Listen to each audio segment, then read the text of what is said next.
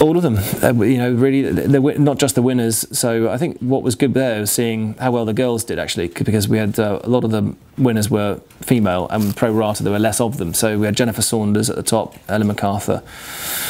Joanna Lumley didn't win it, but she was very fast, and I made her swear, which is quite funny. But yeah, they're great, you know, and equally faster guys. Tom Cruise, Ronnie O'Sullivan was particularly good. So yeah, it's thing is, it's the most unlikely people were good at it. We had a blind guy once. That was quite invigorating. That was a change because, you know, watch out for the tree. Completely useless information. You have to really had to start from scratch with that one and work out how to teach him. But he was amazing. This guy called Billy Baxter, and he did a completely unaided lap.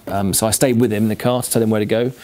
But he did all the gear changes, braking, steering, the whole thing himself, and you know, it was pretty remarkable. And he beat 5 celebs that could see, which I thought was amazing. So that was one of the coolest things I did, yeah.